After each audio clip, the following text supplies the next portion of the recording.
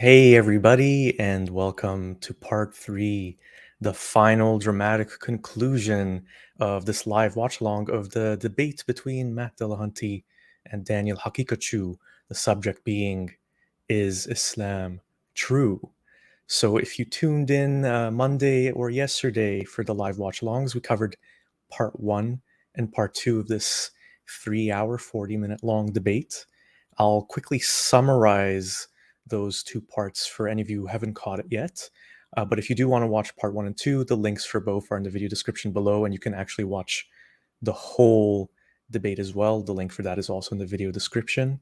And there's actually one additional thing I added to the video description of all three videos, including the one today. And that's something that someone brought to my attention in the comments where Matt Dillahunty actually posted an initial reaction to the debate on his YouTube channel. So I put a link for that as well. I tried finding something similar from Daniel Haqiqatjou on his Facebook and his YouTube. He hasn't really posted much of a reaction yet, but if anyone's aware of something, I'll also include that just so people can see both perspectives. There were a couple of interesting things that Matt Dillahunty revealed in his reaction. He basically just covers the overall context of the preparation of the debate and his opinion on some things that happened. I think I'll cover those at the very end, just so we can get started with covering part three. And the subject for today is Islam versus secular humanism.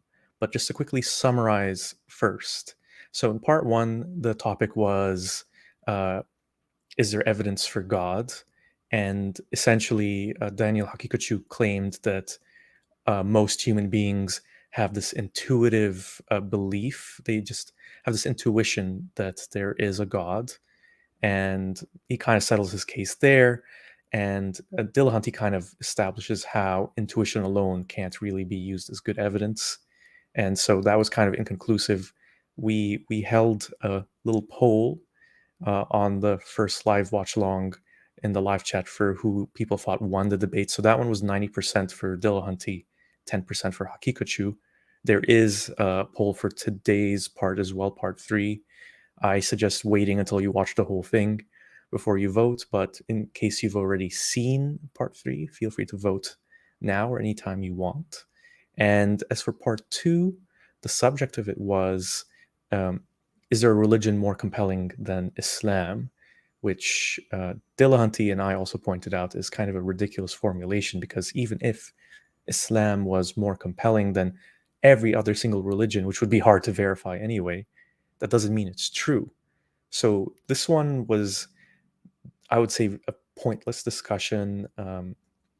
Haqiqatjou kind of pointed out a few things about how Islam hasn't changed as much as other major religions, and how the Prophet Muhammad is known to have existed, and he had certain achievements like toppling, like his religion toppling two of the most powerful empires at the time, and how there's, nearly 2 billion adherents to the religion, which is another achievement of his, and those can be connected to Muhammad in a way that they can't be to someone like Moses, I suppose, because we don't really know for sure if Moses existed. And he made a few other arguments, like how Islam is one of the biggest religions and will soon be the world's biggest religion.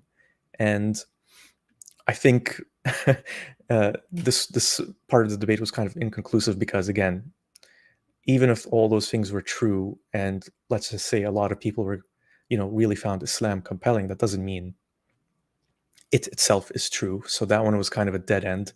And interestingly enough, this one was very mild compared to part one. There was a little bit of hostility in part one. Part two is very mild. But people who have already seen the full debate, they've alluded to something that happens in part three. I've seen it be referenced by Haqiqatjou as well on his Facebook, and Dillahunty kind of addressed it, although he didn't go into too much detail. So that's something to look forward to with this one. Yeah, so before we get started, I just want to ask everyone, if you haven't already, please subscribe to my channel for more content like this, and like this video just so more people can find it. And I've learned also it's pretty handy if you comment on the videos too. I think that helps with the algorithm in terms of increasing the engagement. So if you have the opportunity, the time, I'd appreciate if you could also comment on this video or one of the previous videos in this live watch along that I've been doing for the last 3 days. And okay, I think with all that out of the way, we've got a couple people in the live chat. Thanks for tuning in, everyone. Yeah, I see Sil here and Betty here as well. Good to see you. And I think, yes, commenting for the YouTube gods is very necessary. And Rory's here as well. Okay, so I'm going to get started by just pulling this up to where we left off yesterday. All right, people, buckle in. There might be fireworks in this one. As I mentioned, there will be 10-minute openings. We'll start with Matt, and then we'll have 40 minutes of discussion, followed by 30 minutes of Q&A. With that, thank you very much. Matt, the floor is all yours. Oh, crap. I thought you were doing another 5-minute break. I don't have to pee, so it's okay. My bladder's not quite that small. So, secular humanism or Islam, which one's better for the world? Well, as I already kind of worked in some of the stuff, I did a debate on this subject last week, and so I'm going to steal things from that opening, but I also mentioned that secular humanism has as its foundation the betterment of a world for humans. And so any idea within a religion would at least be worked into it under humanism. Fair warning, I'm going to piss people off. Sorry, not sorry. This stuff's important. And so I'll start off by talking a little bit about secular humanism, and that it has as its focus the betterment of humanity, while Islam has as its focus adherence to God, which may or may not be in the interest of the betterment of humanity. It depends on which version of Islam and how different people view what Allah wants and what we're expected to do. And we also have this problem that I mentioned the other day, which is the temptation to look at data comparing Islam and secular humanism fails because we don't have a secular humanist state. And it may, in fact, be a bad thing that I might be opposed to have a secular humanist state. A secular state, yes, but I don't think that it's the purview of the government to be telling people what their religious values should be and what religion they're going to support. And with humanism, in some models, being a religion, I think there may be a problem. There's certainly values that are consistent with any number of religions that I have no problem at all incorporating into a government. But theocracy sucks. Almost every stinking one of them sucks and have been the absolute bane of the existence of progress in humanity. I won't tell the story in detail, but you guys can go look up why in the West we use Arabic numerals and have algebra and all kinds of things that come from a wonderful Arabic culture, and how, at least in the instance of one Muslim cleric, wiped a good chunk of that out and the progress that was being made along there. So the next temptation, if we don't have data to compare two cultures right now, is to look at the lives of secular humanists and compare them. You're going to find some secular humanists who are awful people. They're probably paying lip service to secular humanism, but it's very difficult to get into a no true Scotsman fallacy. I just know a bunch of atheists who I think are crap, just have the worst ideas. But yeah, you're welcome. I forgive you. But in a nutshell, whether a God exists or not, we have problems to solve. And Daniel and I, well, actually, Daniel and I don't have to find a way to work together after this, but in the broader sense of humanity, Daniel and I would have to find a way to work together if we were working towards a similar goal. And if we're trying to do that, I don't get to appeal to a God. He doesn't get to appeal to God. Neither of us get to appeal to any values that we don't necessarily share. And so that puts the onus on each of us to try to convince the other to share those values. Now, there's a bunch of studies on religiosity and societal health that have been cited in the past, but we simply don't have the data set to really address this. So for me, it starts with what's the focus? In secular humanism, the focus is on autonomy, freedom, consent, a view that a number of Muslims, including Daniel, don't seem to understand. The consent of an individual to any imposition on their body is paramount. You don't get to do something to somebody else without their consent. And it needs to be informed, enthusiastic consent. 4-year-olds can't consent to sex or marriage, whether they've had precocious puberty or not. And it's repugnant to suggest otherwise. When we look at the comparison of lives, Muslims in the United States live a completely different life than Muslims in other countries. Not every Muslim-run nation is the same. We look at the Universal Declaration of Human Rights that was signed in 1948. Saudi Arabia abstained, and later on, Iran voted for it. But then after the revolution, Iran came back and basically said, no, that's not right. And instead, the Organization of Islamic Cooperation supported the Cairo Declaration on Human Rights because it was consistent with Sharia law, or at least some version of that, and squelched their objections with the United Nations version. But one thing we can say about secular humanism is that there is no sect, denomination, or secular humanism that has ever required someone to believe something that is not empirically verifiable. For the record, I'm talking about facts about reality. Secular humanism doesn't require that you believe X moral claim, by the way.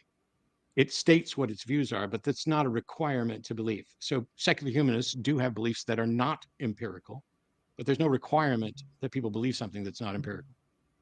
No sect or denomination of secular humanism has ever ordered the death of another person, ordered or acted to attack or destroy property of any other person or government, never overthrown a democracy to impose a secular humanist regime, never been connected with terrorist cells or activities, never advocated for treating people differently over their gender with regard to what rights and freedoms they have, never advocated for treating people with different rights and freedoms based on their sexuality, never denied freedom of speech or expression, never called for the deaths of people for drawing any person or anything, never called for the deaths of people for criticizing secular humanism or any other religious view, never advocated for or inspired suicide bombers or terrorist attacks. Hashtag. I would just add here that an important difference also between something like secular humanism and a religion like Islam is no one in secular humanism is claiming that what their opinions are or what they believe, should be done regarding a certain situation is coming from the creator of the universe that we can't see or experience. It's coming from human beings and their opinions. So it's much easier to challenge them than the dogmas of religion, where people just get stuck on them for hundreds and hundreds of years because they believe it comes from this invisible God. So it can change, it can evolve, which, funny enough, is actually seen as a weakness in it by religious adherents like Muslims. Not all Muslims. I'm not saying all Muslims are terrorists or all terrorists are Muslims or all people with bad ideas or either. But if we're going to put a hashtag not all Muslims, we should also have hashtag virtually no secular humanists. Because these various problems that arise primarily through theocracies and through religion's attempt to control governments and control the world and shoot down anybody who disagrees with them, that's what happens when religions take over a world. Now, the claim is, well, it would just be nice if everybody was Muslim, then there wouldn't be any conflict. And if everybody was Christian, there wouldn't be any conflict. But that's not only unrealistic, it's exactly the same thing that abusers say, I only beat you because I love you. If you just do what I say, you wouldn't make me do this to you. That's the exact same justification. Christian extremists, Christian dominionists, slightly different groups. Christian dominionists want a Christian country, a Christian world.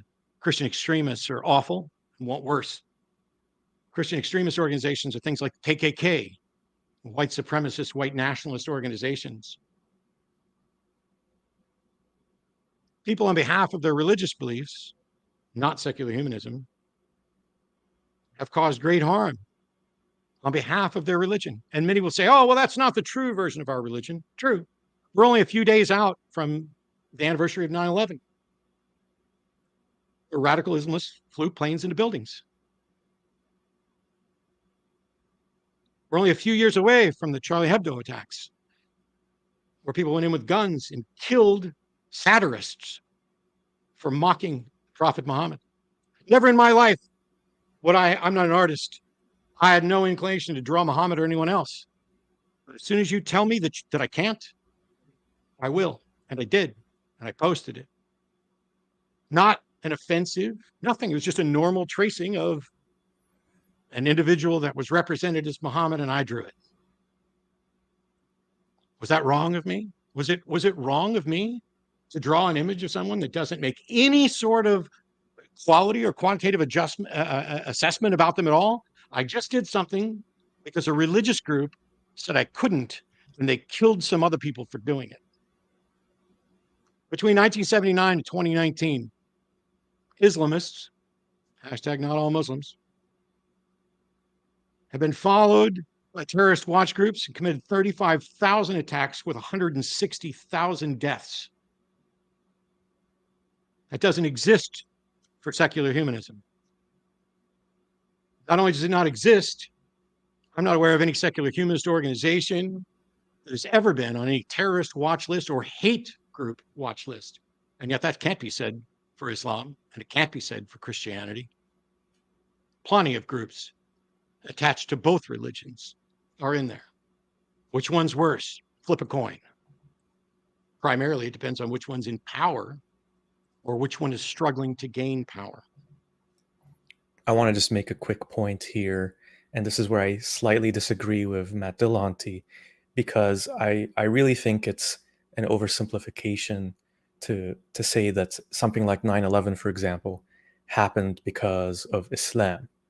I mean, Islam, I firmly believe, was a very big contributing factor, and religion is a very powerful tool to sway people to do things like killing other people and, killing themselves in the process. But something like 9/11 and other certain terrorist attacks, they're not just because of Islam, they're because of very complex sociopolitical issues, economic issues. And when people don't have many options in life, when people are feeling hopeless, that's when they turn to religion, and that's when they become extremists. And so I think it's important to note that while a religion like Islam is the thing that drives people, those kinds of people, to committing acts of violence, and there are definitely instances where it can be clearly linked to Islam and just Islam, or like for the most part Islam, we have to factor in these other variables that impact things. We can't just blanket blame Islam on that. So in that sense, I kind of agree with Muslims who are critical of this kind of argument against Islam. Like let's not get it wrong. Let's not get it wrong. A lot of harm has been caused because of Islam, but we have to also remember that there are a lot of other factors that impact people that lead them to do those things. Someone in the comments said, not true, many were educated. So there's different kinds of hopelessness, I would say. There's the people who are hopeless because they're destitute, they're in poverty, maybe they're being oppressed by a colonial regime. But then there's also people who feel hopeless because they have no meaning or purpose in life. Who want to help, they want to make a difference, and they don't know how. Maybe they also have an identity crisis because there's someone from a Muslim background living in the West. Or maybe there's someone who are detached from their own background if they happen to come from the West. And this is how Islam can seduce them. This is how they can be radicalized by Islam. But anyway, I'll stop talking about this because it's kind of off topic, but an important note to make.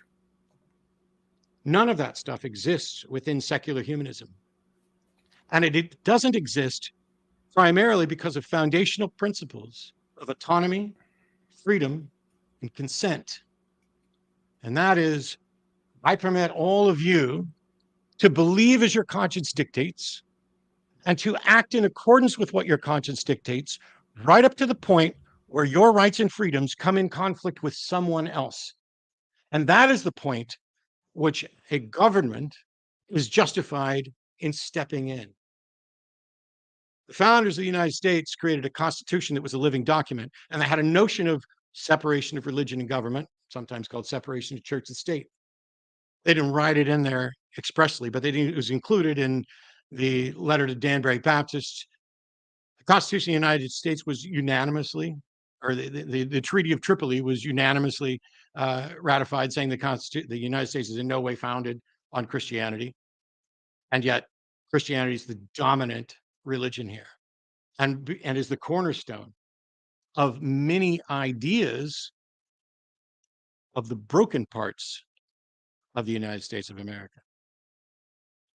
And when we throw out consent, when we say, in order for you to be a good person, you are not allowed to leave the house without somebody else with you. You're not allowed to leave the house without wearing some garment covering you. You are not allowed to engage in the sort of love that you would like to engage with another person, even though it doesn't harm anybody else. You don't get to consent to whether or not you're going to be married. You are property of a God, no matter which God.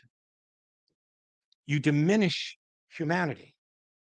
You sacrifice everything that we value as humans about our liberty and freedom, the right to be here and govern our own lives to the best we can.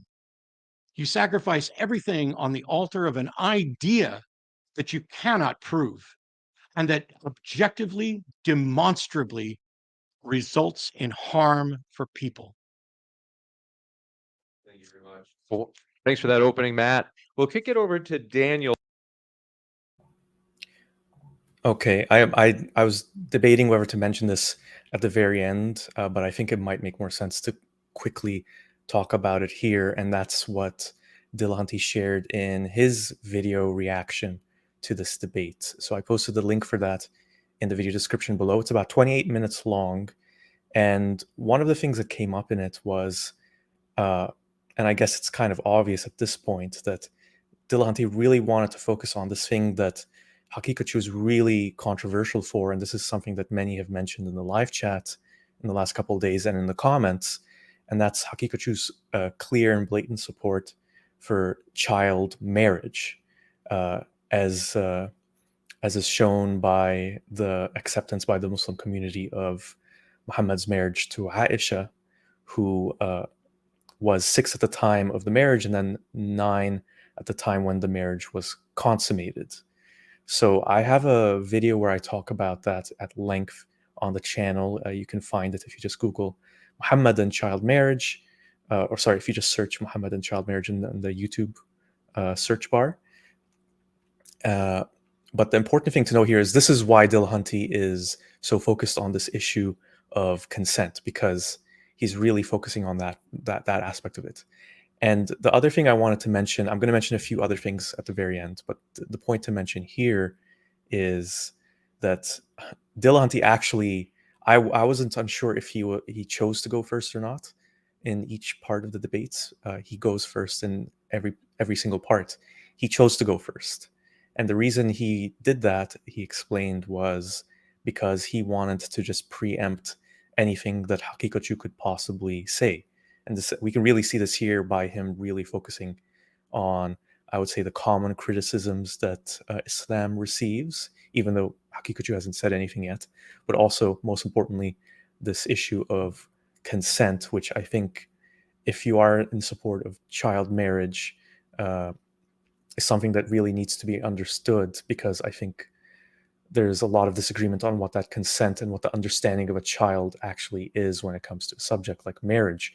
And I think I'm going to guess here that this is going to be a major topic of contention in this part, but we'll soon see. So let's hear now from Haqiqatjou. For his 10-minute opening as well. Daniel, thanks for being with us. The floor is all yours.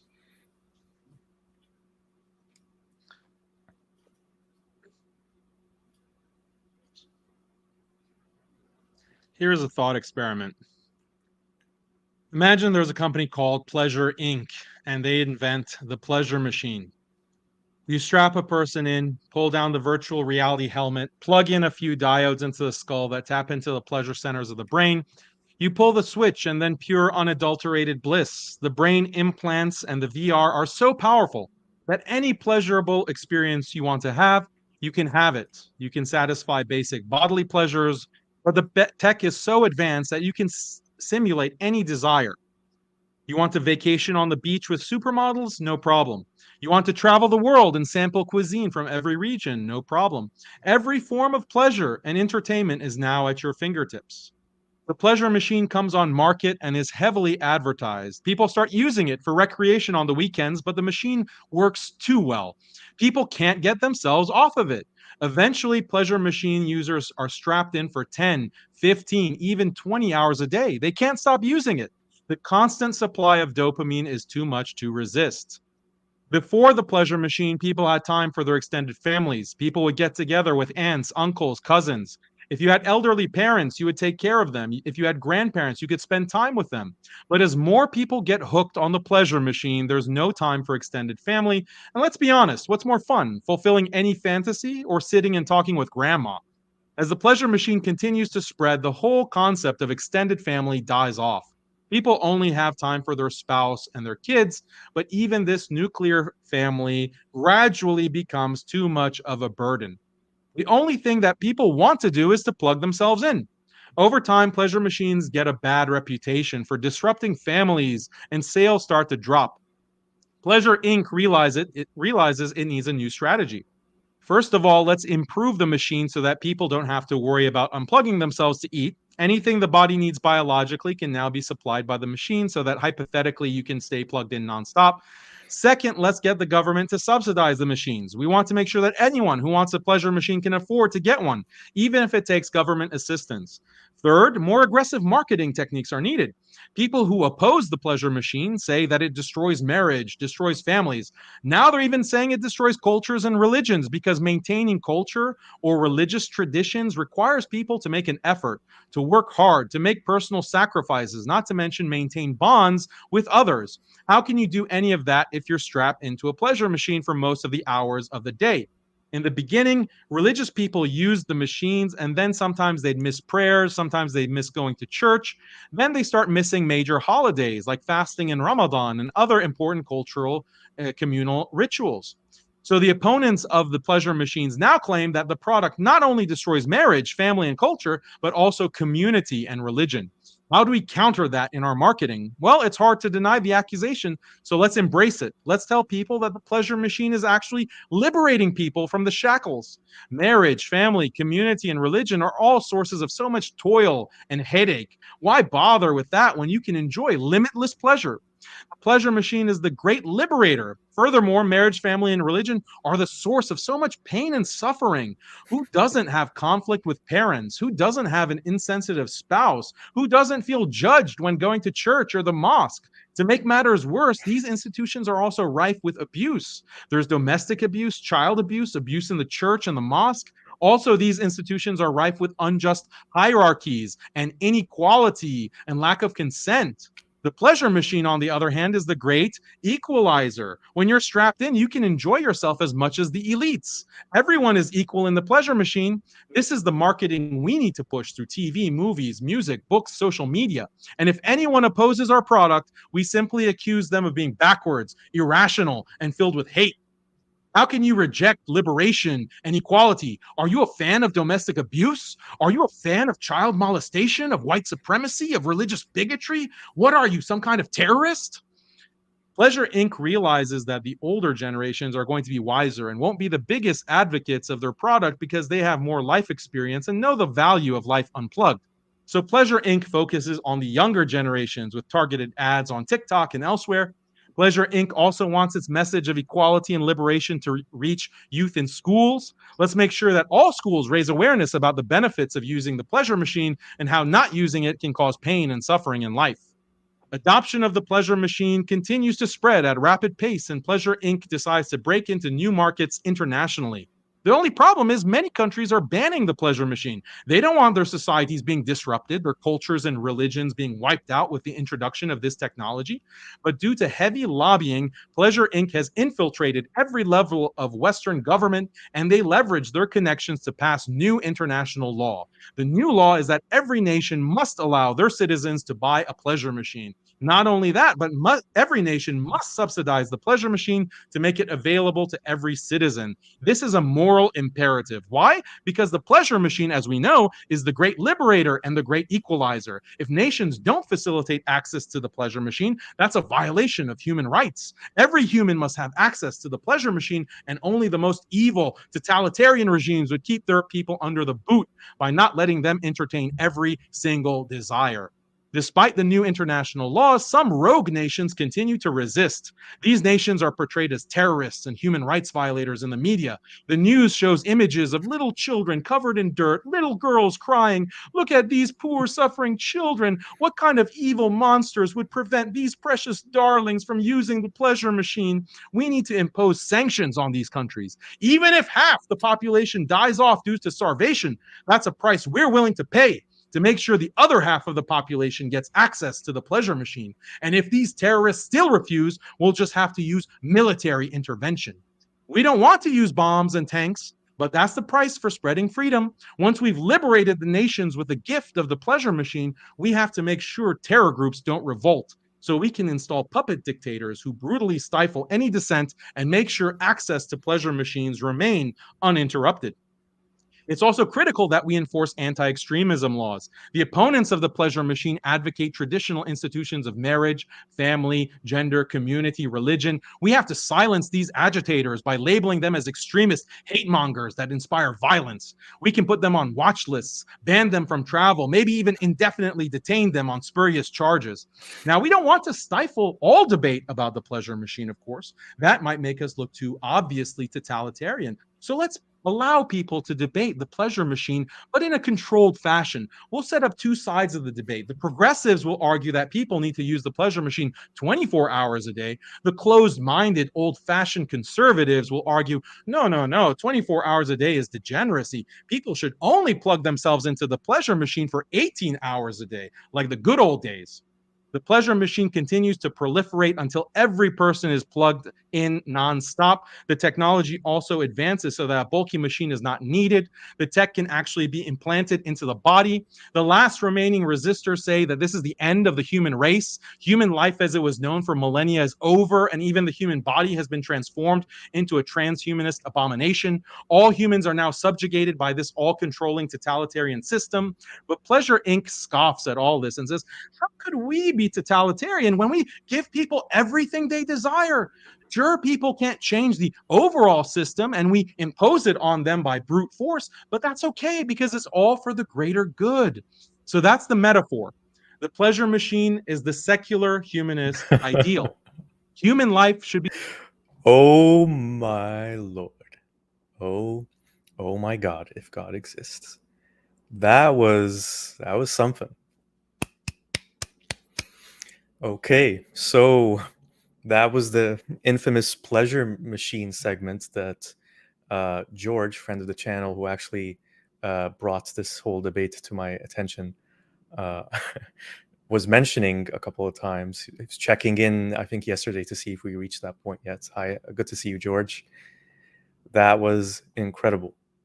So at first I was thinking, where is this going? What does this have to do with anything? This thought experiment, as he called it.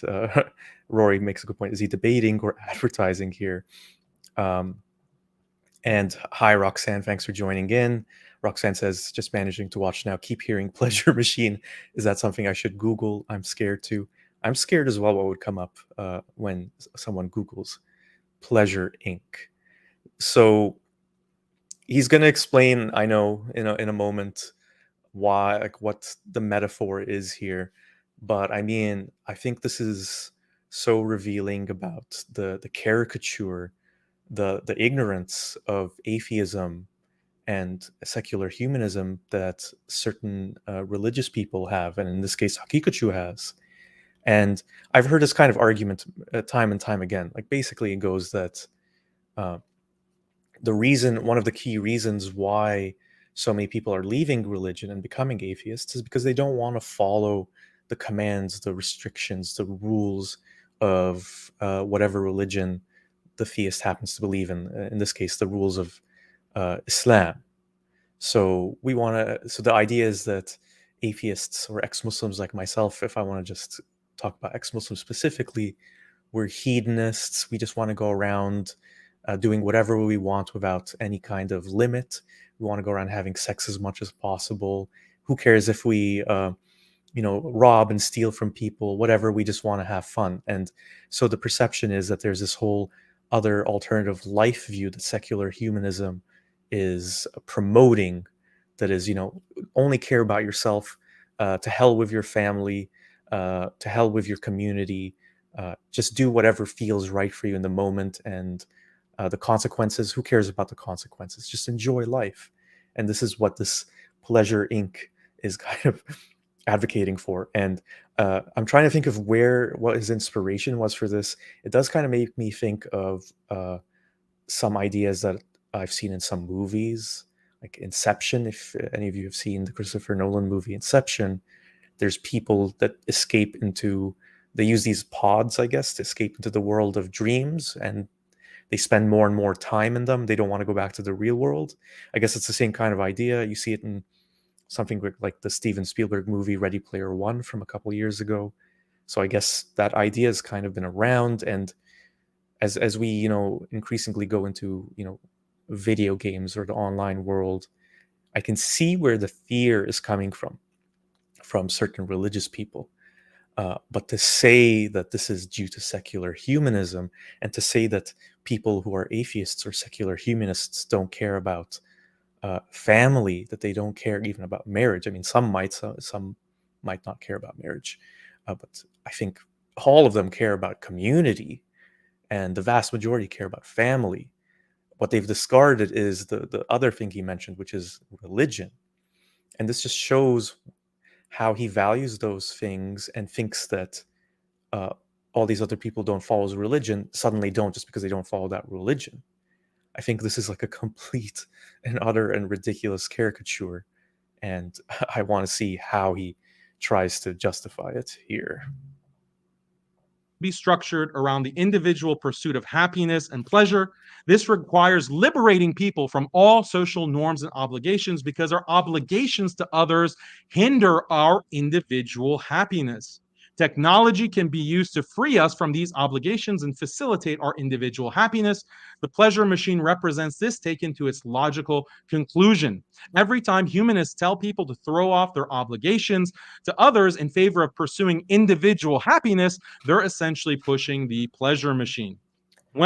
So this is, again, tied to what I was saying earlier. That I think this is a common disagreement, or perceived disagreement, that religious people feel they have with atheists or secular people who are secular, is this whole notion of the individual versus the community. And again, I think this is like a completely false characterization. Yes, I would say that there is, like, having lived in Canada now for 16 years, there's definitely more of an emphasis, relatively speaking, on the individual than the family or the community, compared to the Middle East, where I grew up. But to describe them with such extremes is utterly ridiculous. I mean, it's just I don't understand how someone like him, I believe he lives in the US, you can correct me if I'm mistaken, but how can you live in a country and see everything around you and think, be so off, so inaccurate in your beliefs about the other people that are around you that don't practice your religion? I can see the fear that's coming from a lot of religious people in this sense, but it has to be grounded in the reality instead of going to these ridiculous extremes. When he says that Pleasure Inc. is the logical endpoint of this kind of philosophy or mentality, it's just utter nonsense. It's not seeing the nuances of life whatsoever. What is also a part of the metaphor is that the pleasure machine is not pushed onto people by telling them they must obey. Rather, it's pushed by saying, enjoy yourself, be free. The people who want to control you, they are the ones who say, obey. But we say, enjoy yourself. Aren't we so much better? This is exactly what secular humanists say to Islam. But the reality is, secular humanism is a totalitarian system of liberation and equality that has been imposed on the entire world. It's a system. I keep interrupting him, but one other point I want to make is, and I think maybe someone mentioned this in the live chat already or alluded to it, is he's projecting all of this on secular humanism. And I think there is something to be said about how the endless pursuit of materialism, or getting recognition online, or whatever you want to call it, does have its negative effects. There is something to be said too about what is the what is it? What are the rewards of Islam?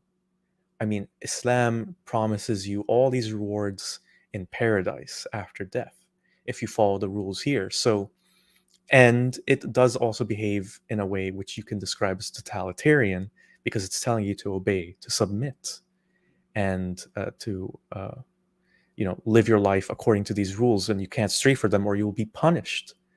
So the thing that he's critiquing is actually in many ways Islam.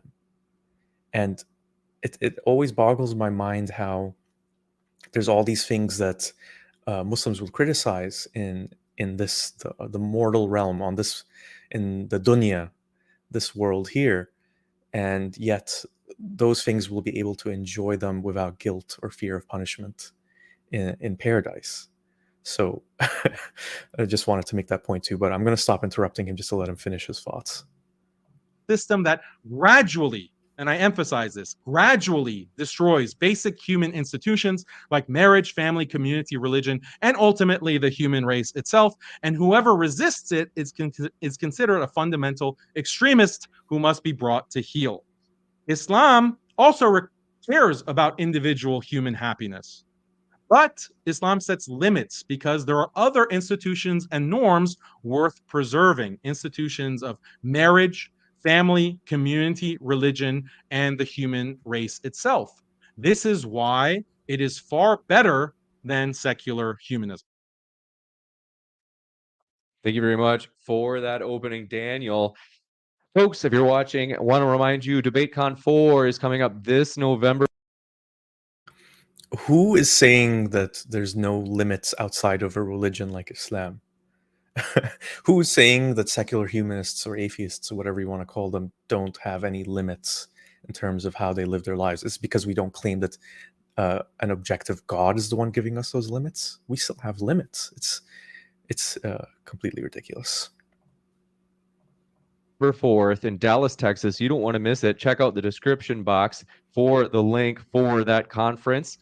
And if you're from far away across the globe, hit subscribe, as we'll be streaming all of those debates live for the public. With that, we're going to jump into open dialogue. Gentlemen, the floor is all yours. I didn't know secular humanism was a totalitarian. What? Oh, I thought somebody said something. Totalitarian regime. I need to call my, well, I don't actually have stocks, but if I had somebody who's managing my stocks, I'd want to call and put in an order on straw and oil, because we are currently out of straw after that straw man and oil after it got pushed down that slippery slope. And what has to be the biggest grandstanding, whining misrepresentation of secular humanism and cancel culture that I've ever heard. Cancel culture, by the way, is the real wine here, but it's not about canceling, it's about accountability. And it seems strange to call secular humanism as, oh, it's just about pleasure and everything else. And if you dare to say something like it's okay to forcibly marry a 4-year-old, they're just going to call you awful. They're going to say, are you a child predator? It's okay. It's okay. We don't need to cancel anything. We don't need to ban the pleasure machine. The pleasure machine will either kill us off, or climate change will, or work out ourselves. So since we're supposed to be having a discussion and I have to ask a question to start with, I'll start with my first question. One of the first questions I thought of, which I thought of before we ever got here. Is Islam encouraging terrorism, or is it just really inept at stopping it from its adherents? Okay, let me respond to certain things. Like if we want to talk about terrorism, okay, the values of secular humanism, like the pursuit of happiness, the pursuit of individual happiness, that was the basis of the French Revolution. That was the basis of the American Revolution. That was the basis of the Communist Revolution, the Decembrist Revolution, all of these revolutions that were explicitly on the basis of reason and improving human happiness on the basis of reason and overthrowing religion. That is the ideological basis of all of those movements that ended up killing hundreds of thousands of people. Obviously, you are not going to consider them to be terrorists. That's very convenient for you. But the people who were being killed by these groups did consider them to be terrorists. The regimes that were displaced by these groups did consider them to be terrorists. But the winners are able to write history. You keep bringing up like this point about 4-year-olds. This is like a straw man that was put forth in a previous debate. Nowhere did I say that a 4-year-old should be, in a sexual relationship. It was a hypothetical that was presented to me, and I answered that on the basis of the hypothetical that was presented. Nowhere did I say that, oh yeah, 4-year-olds go through puberty and therefore they should be sexually active. So you're saying a hypothetical 4-year-old who went through precocious puberty, it would be okay to have sex with them because that's what you said in the debate. So we can go through what I said in that debate from the beginning, but I thought you want to stick on the topic of the debate. Well, I'm just saying you're now denying that you said what we all heard you say, which got popularized over the internet because Mike specifically asked if a 4-year-old goes through precocious puberty, under your version of what Allah permits, is it permissible to marry and have sex with her? And your answer was yes. No, the point that I put to that person in that debate was that if we accept that someone is going through puberty, that means that the person is going to desire sexual relations. They're going to desire to be sexually active. And that is a biological fact. It just doesn't happen at 4 years old. It happens at 9, 10, 11, 12 years old. And that's why when we look at American culture and Western culture, the children at that age are highly sexually active. That's the reality in the world today. So you, or I won't say you because I don't know what your views are, but the person that I was debating has no problem in there being, this laissez-faire attitude towards children 9, 10, 11, or even younger being active with sexual dating, going to prom, going to these kinds of dances, boyfriend, girlfriend, fornicating. That is all allowed. So you don't have a problem, or people who are scoffing and laughing, they don't have a problem with 9-year-olds having sex. They just have a problem with the idea of a 9-year-old getting married. That was the point of that debate, and we don't have to rehash it. Well, I think I haven't seen that debate, but that has to be a mischaracterization. What person is saying that, if someone's 9, 10, or 11, that, they can just go around and do whatever they want and be sexually active in any way that they want? No one on the atheist secular side is saying that. And the fact that I always wonder about these things. Like, is he really, I'm trying not to judge here, but it's hard not to. It's hard not to ask the question of, is he just, making this stuff up? Is he just doing this for attention? Or does he sincerely believe these things? And the second one is scarier somehow, I have to say. And Dillahunty made a good point here that he kind of dodged, because he knows it's a very uncomfortable thing, that following his logic, if someone did hit puberty at 4 years old under this model that he's talking about, then it would be acceptable. And then he kind of just dodged it completely by kind of changing the subject and shifting the blame onto the secular atheists, the humanists. Mike Jones, if you're watching, I think Daniel just suggested that you're okay with 9-year-olds engaging in sexual activity. And I want to verify that, because if that is true, if that's true, Mike, you're as repugnant as Daniel is, but I don't think that's true. So do you think we should have a ban on 9-year-olds dating? What counts as dating? What if a 9-year-old wants to have sex with another 9-year-old boy? Do we have laws? Should we have laws that prevent that? This isn't about. Should we? Now it's not about 9-year-olds. Okay. I'm sorry. Do I get to answer your question? Yes, please answer. Are you in favor of laws that would ban a 9-year-old girl from sleeping with a 9-year-old boy? Yes or no? We don't have yes or no. Okay, one more time, since you're going to do the yes or no thing. Like, one more time with the question. Am I in favor of laws that would ban that? No. Okay. So you don't have a problem with 9-year-olds having sex? That's a lie, and you are the most dishonest person I've ever engaged with. You just forced me to answer yes or no to a question about whether or not I would advocate for a law. And then when I said that I would not advocate for the law, you suggested I don't have a problem with it. I have massive problems with it. You're the one that doesn't have a problem with it. Apparently not enough to suggest legislation. Debate we are ever going to do. And I don't care if you lie about my views. Don't fuck kids. So tell the people in this Tell the people in this country that are following secular humanism. Tell them they need to hear it more than anyone. Tell the secular humanists who are secular humanists. I'm telling you, in, don't fuck kids and don't advocate for it. Yeah, and maybe you they know what need the to secular follow humanists that. say? Maybe they need to follow. Why that. would we do that? We've maybe they need to never follow done that. Nobody's ever done that. Maybe they need it's to follow you that have done that on stage. The sexual revolution that had from a secular humanist basis was not about 9-year-olds. Yes, it was. No, yes, it wasn't. You don't know about the Sexual Liberation Front? You don't know about NAMBLA? You don't know about all of these I know about NAMBLA, movements? and we've worked against NAMBLA. Yes. Look at the Unlike theorists. Stop interrupting me, okay? You got it. You got it No, out. the no interruption shit is done when you start talking about whether or not 9-year-olds should be fucking. Don't grandstand, okay? You're not some hero I'll here. grandstand You're as not much some as hero I want. here. Wow, oh, I'm amazing. the guy that's here debating oh, and amazing. secular You're so heroic, man. And you want to fuck kids. No, see, look at this guy, man. Look how perverse. Look at your sick mind, okay? Sick mind. How about we talk about your sick mind? You want to talk about your personal liar advocating for you want to child talk marriage and sex is talking about Look, my sick mind no, while no, inventing look at this, a man. fantasy. Come on, James. Some Some moderation here. Come on. Okay. Oh boy. I'm gonna let it continue a sec, but I mean, to just refer to the thing that I was bringing up in part one, and that I talked about a little bit in part two, is I really don't know if the pros of these kinds of debates outweigh the negatives, because, see, here's the weird thing about the internet, and I guess like about how our human nature works in a sense, is Matt Dillahunty is a very opinionated, a very, some would say aggressive, some might say assertive, I would say both, kind of person. And so he's, I guess, in a very, very broad sense, entertaining to watch. And the same goes for Daniel Haqiqatjou. And so we're seeing these two aggressive, assertive personalities going at each other. And I guess it's entertaining just to see how heated they are, because I'm really, like me personally, I'm really passionately against what Haqiqatjou is saying. And then there's Muslims who are watching who are very against what Dillahunty is saying and very much for what Haqiqatjou is saying.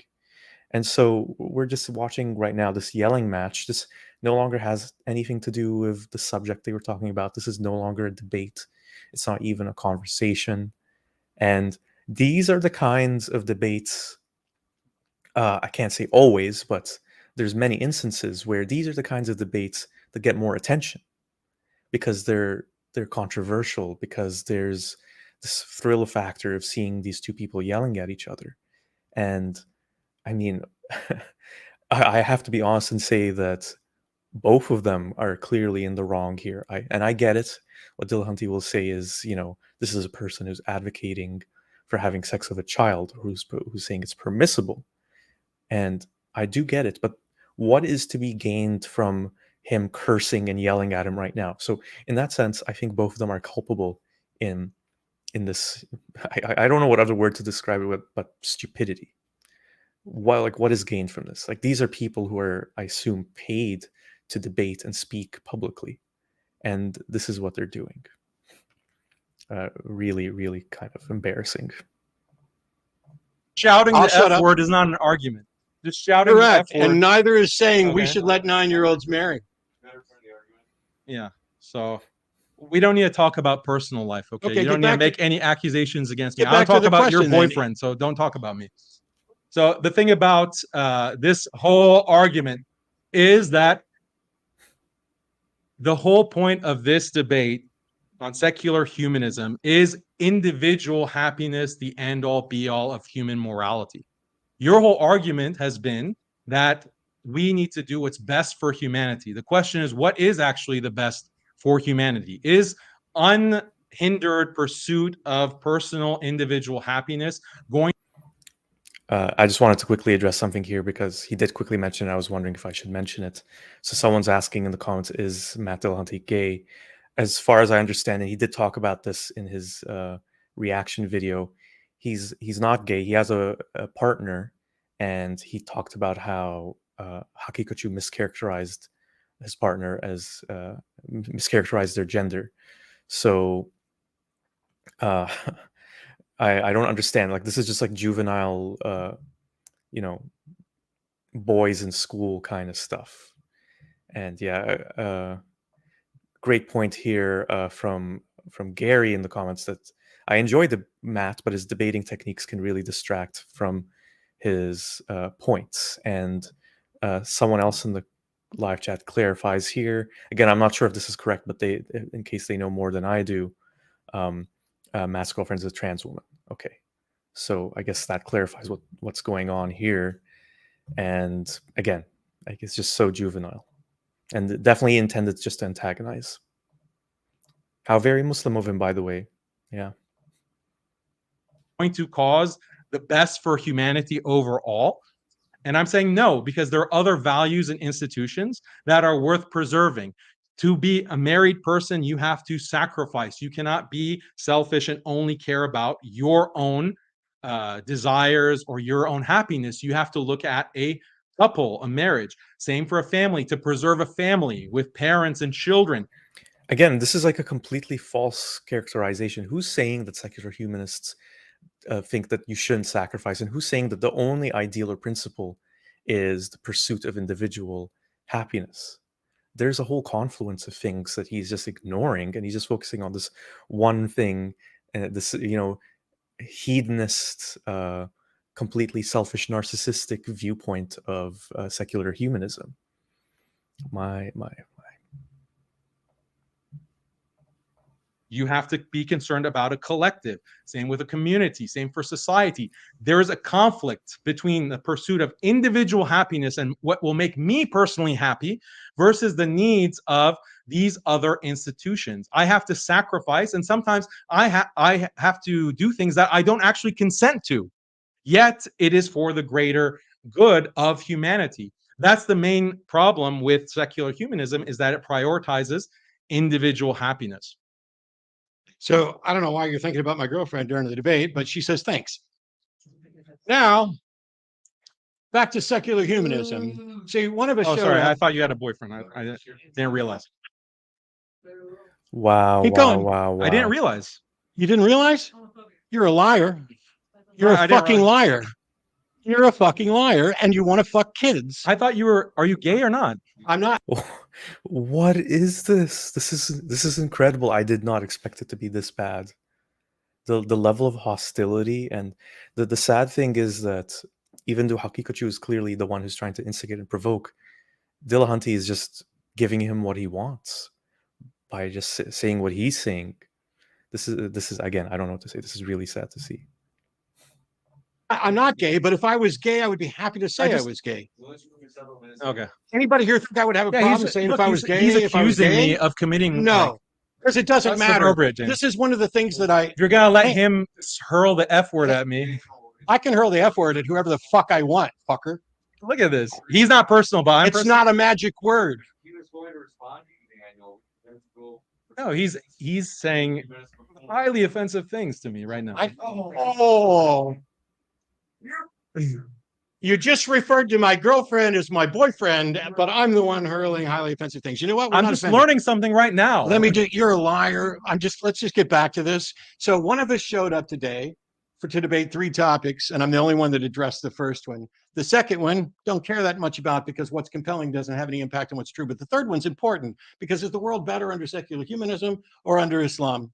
And did I present a hedonistic view of secular humanism that is just about? Nope, that's the straw man that Daniel constructed in his science fiction Star Trek fantasy of what's going to actually happen if we do this. It's his metaphor for what secular humanism has done to the world, not because there's anything demonstrably wrong about it, but because he disagrees with it. And in particular, his particular view of Islam disagrees with it. He hasn't given you no reason why secular humanism is a problem. And under secular humanism, he can practice his version of Islam. He just can't marry a fucking 9-year-old. Yeah, that's all you got. All you have is the F word and this personal attack. Ignore the whole argument. So this is an interruption that we're talking about. I'm still talking. Look, we're not talking about your homosexuality or whatever. Is the dishonest we're not talking about way homosexuality of responding. We're not talking about homosexuality here. Let me get back to the debate. We were. So a thought experiment. You're not familiar with a thought experiment, but it's where you go through an idea with and work out the implication. Yeah, you're not familiar with a lot of things, apparently. So I've only taught about let's- thought experiments many, many come on, times, James. but I'm not familiar Some with it. moderation. I let him talk. If he's I'm just going going to to interrupt accuse me of everything he lying, says from if he's now just on. going to lie and I'm say going I to don't know interrupt stuff I everything know, he says from now that's on. good. And I'll I'm interrupt going to everything interrupt you say from everything he now on, and says. we can just sit here the Yeah. whole time, because as long as you're We going can to do that. lie, We can do I'm going to that. call you out for your We can do lies, that. you lying liar. Let's go to a new topic from either Cool. of your openings. Sweet. Yeah, so let's focus on the violent history of liberalism. Let's look at the reign of terror. Let's look at the invasion of Iraq, the invasion of Afghanistan, the spread of democracy and human rights. Oh, that has nothing to do with secularism. It was people like you and Christopher Hitchens, for example, or Sam Harris that said, we need to bring democracy to Iraq, democracy to Afghanistan. They don't have women's rights. So let's bomb them. And even if we have to nuke Mecca, I believe that's what Sam Harris said, that's the price we're willing to pay for the spread of liberal human rights.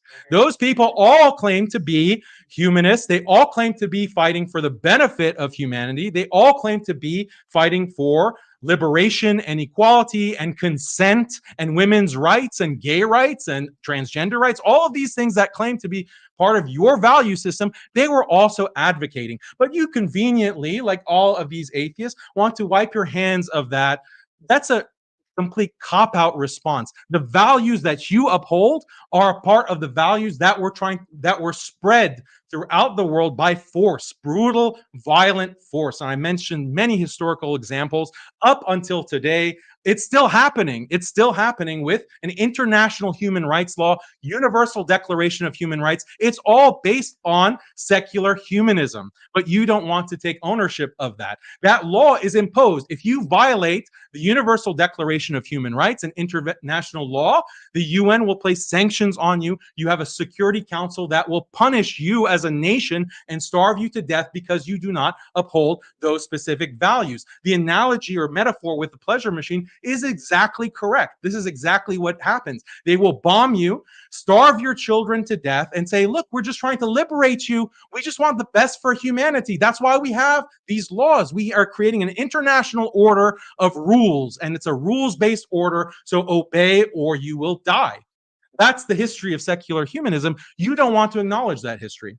Well, because it's a lie, and here's why. First of all, I'm not Sam Harris, and I disagree with Sam on a number of things. I'm also not Christopher Hitchens, and I think he was monumentally wrong about war.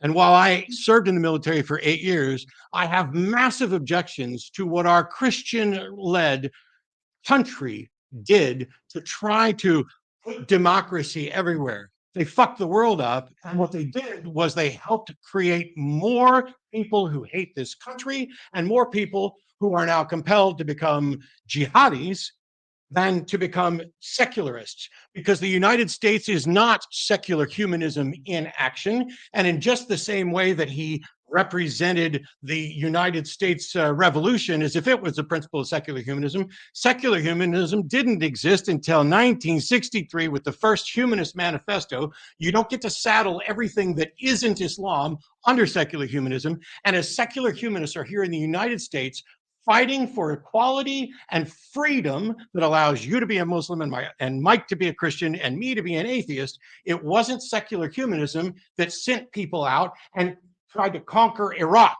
And A great point here being made by Matt Dillahunty and Roxanne agrees is, and I'm going to expand on it a little bit, and then I'll let him finish, is that while you can link a lot of things specifically to Islam, if we want to talk about what Dillahunty mentioned earlier, the shooting, the killing of the cartoonists at Charlie Hebdo in France, can be directly linked to Islam in many ways, although I did clarify earlier that it's not just Islam, but Islam is a major contributing factor they can directly link it to. You can't link these things these criticisms that Haqiqatjou is making. Like you mentioned the French Revolution earlier, the communists in Russia, the invasions of Iraq and Afghanistan. You can't directly link those things to secular humanism in the same way that you can directly link something like 9/11 or Charlie Hebdo to Islam. And so this is a completely misleading comparison. It wasn't me, so don't fucking saddle me with your delusion of what you think I believe. Let's address what I actually think and say, like I've done with you. Yeah, very convenient. You can mention 9/11. You can mention all kinds of terrorist attacks to attack my position and attack Islam. Islam condemns terrorism. It attacks killing civilians for the purposes of war. So you can saddle me with that, no problem. You can just have a cute little hashtag boomer joke about it. But when I point out all of these, you don't age well, my friend. But when I talk about all of the tens of millions killed, tens of millions that are killed by your ideology, secular humanism not killed by my ideology. No, nobody's been killed by my ideology. Nobody's been killed by my ideology. Nobody's been killed by my. Yeah, deny it. Say okay, it. We heard it. We heard. Has anybody been killed because of my? You're a liar. Okay, fine. You are a liar. Tens of millions. Your hands are bloody with the blood of millions. My hands are not bloody. And yes, they're also not. You literally went to children. war. Like you're the last person. Come on, man. Look at this. Yeah, look at this. I'm sorry you have to live up to your words. He whines about being classy. Look at that. I call him a boomer. It is classy. Is defending kids classy? Yeah. I think so. Chill, man. Chill. What's that? You have no real argument. You have no real argument. I have no real argument. The guy who presented no real argument all night is saying I don't have a real argument. That. You want to F that. All I've done. Just a reminder for everyone that this part was supposed to be Islam versus secular humanism, and it's descended into just personal attacks. Yeah. That's all your argumentation is about. All I've done is curse, James. That's amazing. All you've done is, that's not the debate topic. Oh, where's the scientific evidence? Sorry, you want to on the debate topic. You want to F kids, sir. That's the whole debate. Not my fault. You're a grown up. You can say fuck. It's okay. Yeah. Yeah, so secular humanism is a variant of liberalism. All of the values that you claim as a secular humanist that you cited in your opening statement were also the values that were cited as the justification for the invasion of Iraq, sanctions of many Muslim countries around the world, the invasion of Afghanistan. Those secular values were cited as the justification. That's why they call it Operation Iraqi Freedom. That's not a coincidence. Now, you want to wash your hands of that very conveniently, that's fine. I'm not saying you personally supported those wars. My argument is that your ideology was the basis as a justification for those wars and that invasion. I'll ask you a very simple question. Do you believe in international law based on secular humanism? Not the manifesto that no one knows about and no one has read, but the secular humanism, the idea of separation of church and state, individual happiness, equality, etc. Those values that I focused on in my opening, do you think that should be the basis of international law? And should there be consequences for violating international law? Didn't I make a very express thing in my opening about the separation of church and state and how I would be fine, and I'm a secular humanist, and I would be fine with a secular state, but not a secular humanist state. Didn't I make that clear? I thought so. Yeah, so secular. That's exactly what I'm talking about. That's exactly why I'm attacking. So you're equating secular with secular humanism. And so anything that's secular is bad, right? No, I said that secular humanism is a sub-ideology of liberalism. The values in liberalism include value for freedom, value for equality, maximizing freedom and equality. No, I say that should be balanced by other concerns like marriage, family, community. I don't know that marriage and community are necessarily the parts, but I'm not opposed to either one of them. But that's the conflict. Sometimes marriage if you're gonna, we both want freedom. And you can't just cite, well, freedom is the problem. That's not what I said. Freedom. I said freedom is a value. Freedom is a value, but it should not be the only value that we maximize. Say it was. Okay, so what other value? Straw man me. So what other value? So for example, in marriage, you have certain. Finally, we get to this point where Haqiqatjou acknowledges the possibility that secular humanists might have other values, and again, he's doing it dismissively because it's almost as if, oh no, I don't really believe that there actually is any obligations. You have, when you sign a marriage contract, traditionally, that requires giving up certain rights, giving up certain duties. If a person just wants to opt out of that because they're just not happy with a marriage anymore, should they be able to do that? Should divorce be allowed? Yes, I'm in favor of divorce. I'm actually divorced. No fault divorce. Well, no-fault divorce gets more into politics and financing, but I don't know necessarily which version of divorce is better. But since I'm still really good friends with my ex-wife, I should probably message her and see if she's okay with the way we got divorced. We don't seem to have a problem with it. Or for example, like within marriage, you're not allowed to sleep with whoever you want, right? My wife was allowed to sleep with whoever she wanted while we were together. But is that good? Is that a good thing? Yeah. Did that help preserve your marriage? Yeah. For most people, it doesn't, because when a spouse cheats, I wouldn't think for so. most people, It's not cheating. yes, okay, call it whatever you want. But when No, a it's not spouse is cheating. involved with other people, that will biologically reduce the attraction that the male feels for his spouse. And that is part of the reason why marriage customs throughout the world involve fidelity. Yeah. You have to be faithful to your spouse. That's part of being in a marriage. So if you want to preserve marriage, you have to restrict someone's freedom to sleep with whoever they want. If you say, no, freedom is most important, they should be able to sleep with whoever they want, that undermines the institution of marriage. Why? Because there's this biological attachment.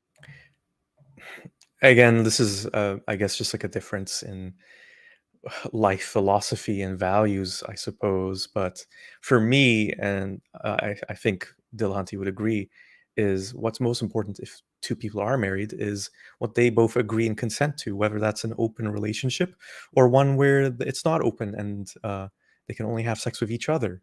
And this is like a point that Haqiqatjou is completely missing or doesn't care about, because from his perspective, and I suppose this is a common perspective with religious people, is that here are the rules of marriage.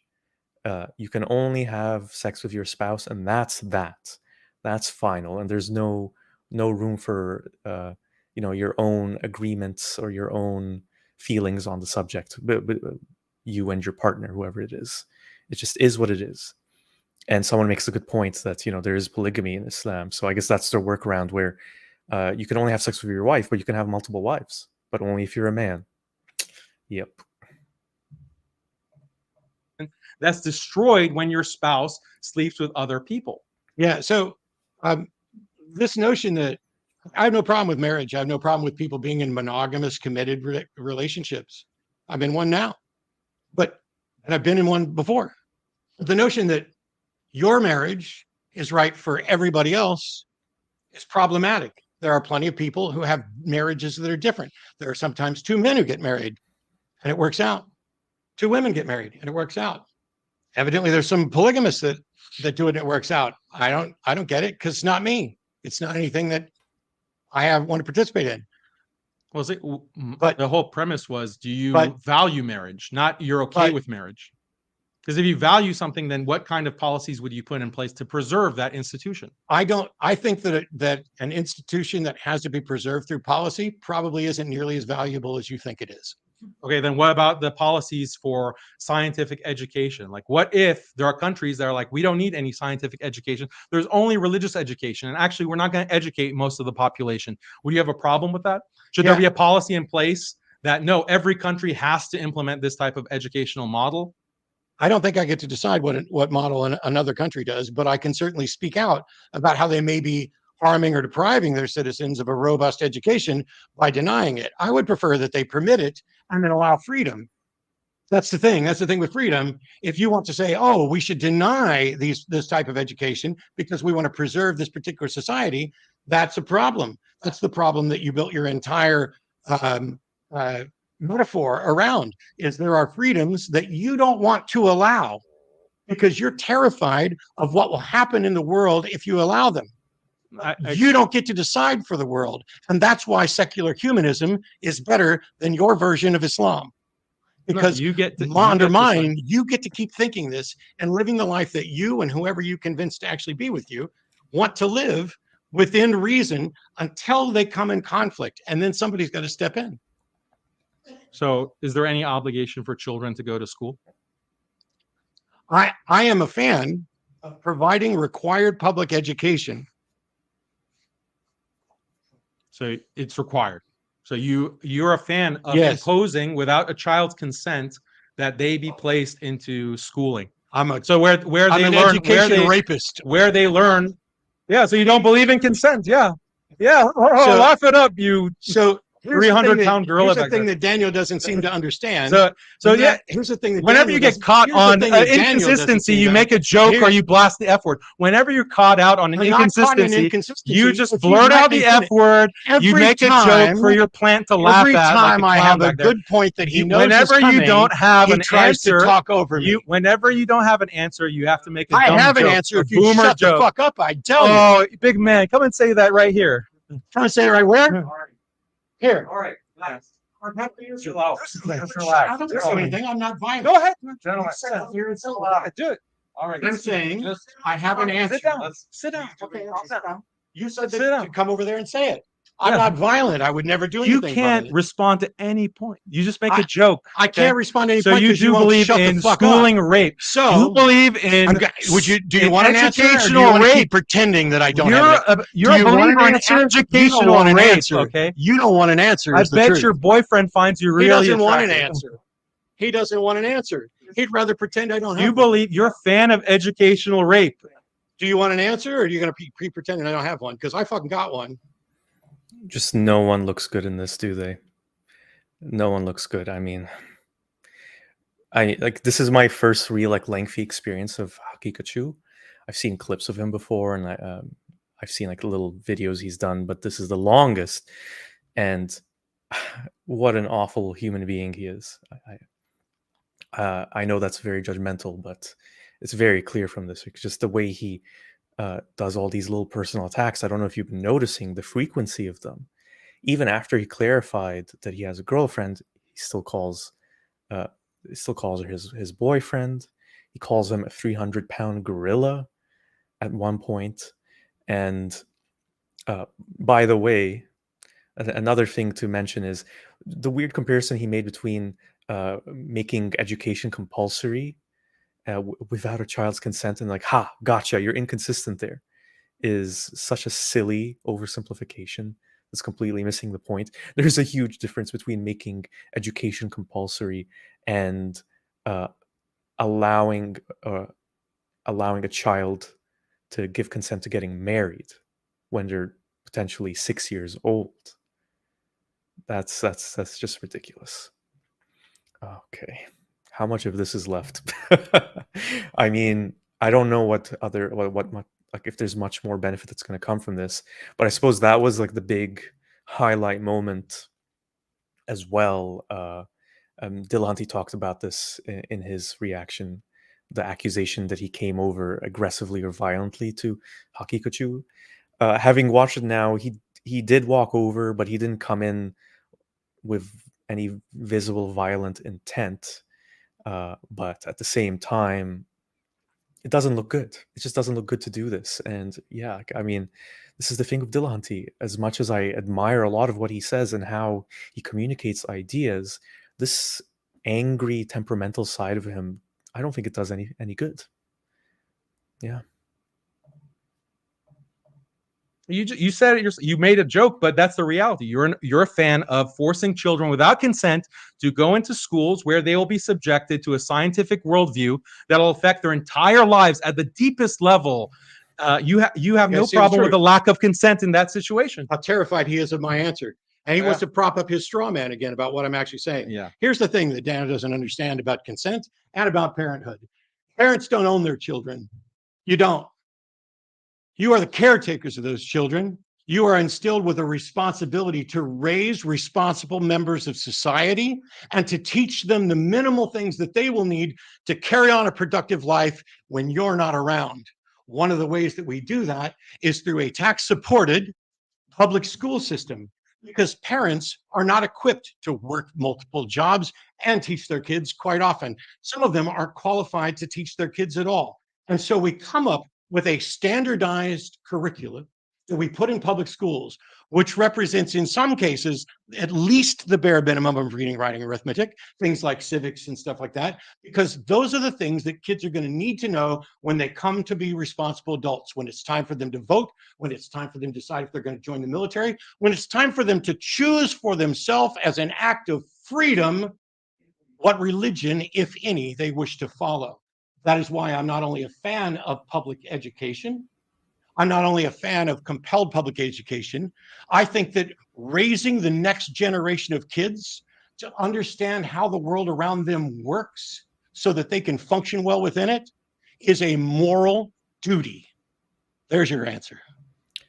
And once again, this is the dilemma of Matt Dillahunty for me: is he says aggressive things, he goes over the top, he exchanges insults with Haqiqatjou, which is so infuriating that he's playing along with what he's doing, but then he immediately like hits him with this very eloquent, very passionate, very powerful explanation of the role of parents, and I couldn't agree more of what he said.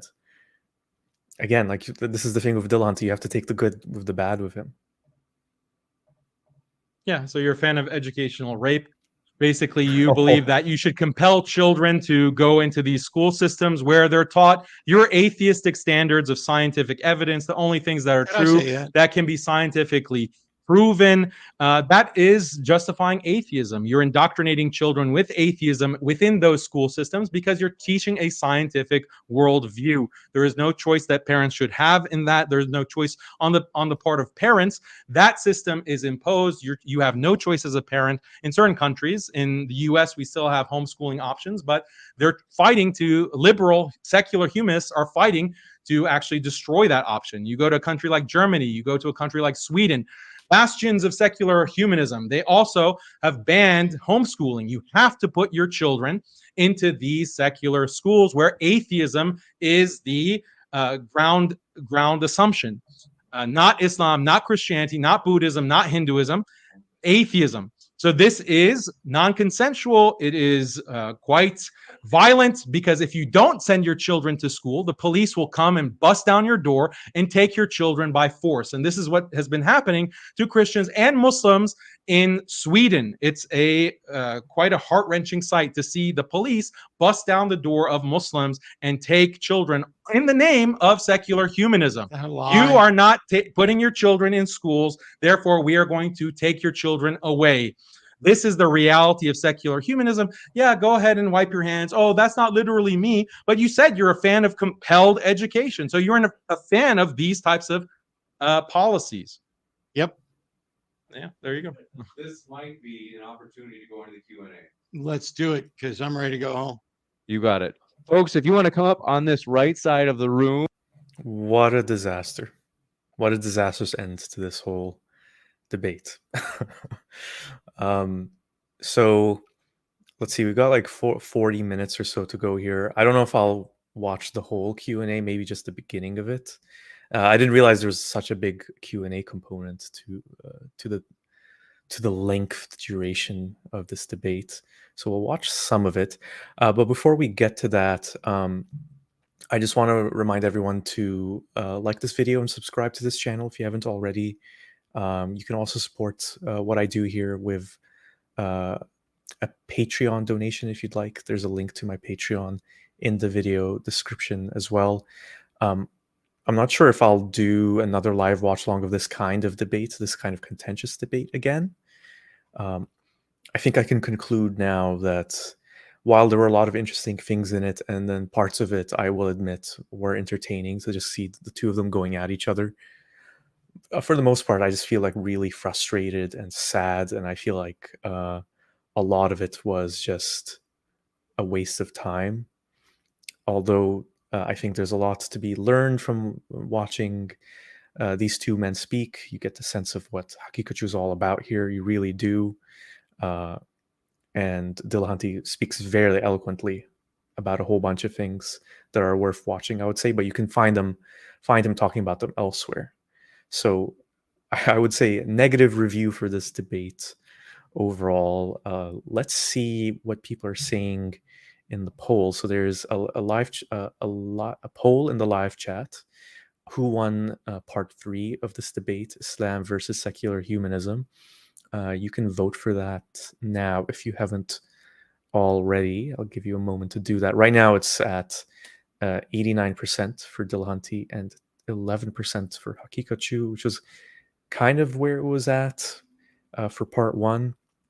I don't even I don't even know what to think of this part 3. I mean, most of it was just a yelling match, and Dillahunty initially made, I guess, a decent case for the benefits of secular humanism compared to Islam, and then Haqiqatjou went into this really weird, very long thought experiment of the pleasure machine, which is a complete mischaracterization of what secular humanism is. So I guess on that front, it was a failure on the part of Haqiqatjou, and so very disappointing to say the least.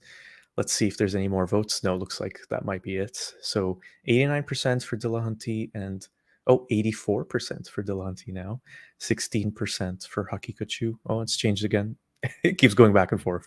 Anyway, that's like basically where things stand. So before we get into some of the questions in the Q&A, I just wanted to bring up one thing from Dillahunty's video, his video reaction to the debate. And it was something that I figured might be the case because of the very specific wording of parts 1 and 2 of the debate. So what Dillahunty was saying was that the subject changed multiple times, and it was basically completely of Haqiqatjou's choosing. So the initial wording for part 1 was, is there good evidence for God? And that was changed to its final version, which was, is there evidence for God? Which immediately worsens any possible debate by taking that word good out. And to me, it's interesting because it's almost as if Haqiqatjou is saying that he knows he doesn't have good evidence, or maybe it's him refusing to participate in the whole verifiable evidence of secular humanism, of cognitive colonialism that Dillahunty is all about. And part 2, so it was supposed to be, is there evidence for Islam over other religions? And that got changed to, is there any religion more compelling to Islam, more compelling than Islam? So, I mean, part 2 is the dumbest one somehow, even compared to part 3 here, because it doesn't matter if there's more evidence for Islam over other religions or if Islam is more compelling, because that doesn't mean it's true. Yeah, so with that being said, is there any comment I want to highlight? Roxanne makes this point, which I think is kind of interesting, and I do wonder about this sometimes, is it scares me to think what Daniel will get up to if he wasn't a Muslim, considering he presumes non-Muslims do whatever they like with no system, or with the secular humanist system, one should say. I do wonder that sometimes too. But all right, let's watch some of the Q&A. Boom. That's where we'll take questions. And Chris is going to be our MC for the Q&A, so he'll be holding the mic.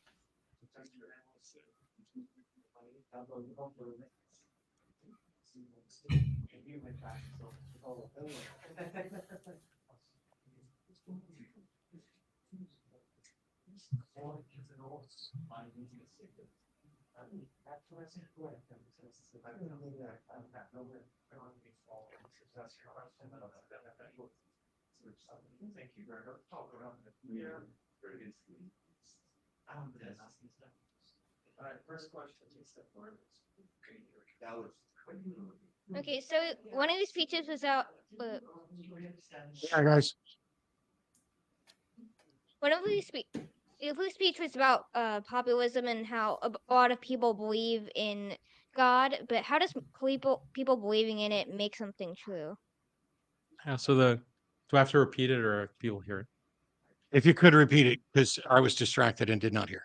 Thank Yeah, you. so how, just because a lot of people believe something, why does that make it true?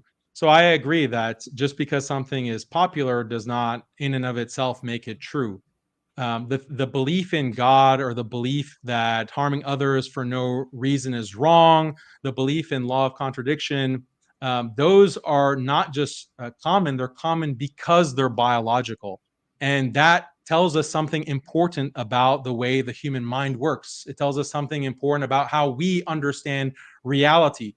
belief in God is also one of these things that is not only extremely common and widespread throughout history and even in our current times, it is something that also develops biologically. So that tells us something about the structure of the human mind and how we understand reality. So I'm not making a simplistic argument that, oh, if a lot of people believe it, that means that it's true, or that's evidence that it's true, even though it could be evidence, but that wasn't my actual argument. Could I, before we get to the next question, thanks so much for asking a question. Do you mind if I ask you something real quick? Like, first of all, how old are you? 12? Were you or your parent bothered at all by me saying fuck so much? Okay, thanks.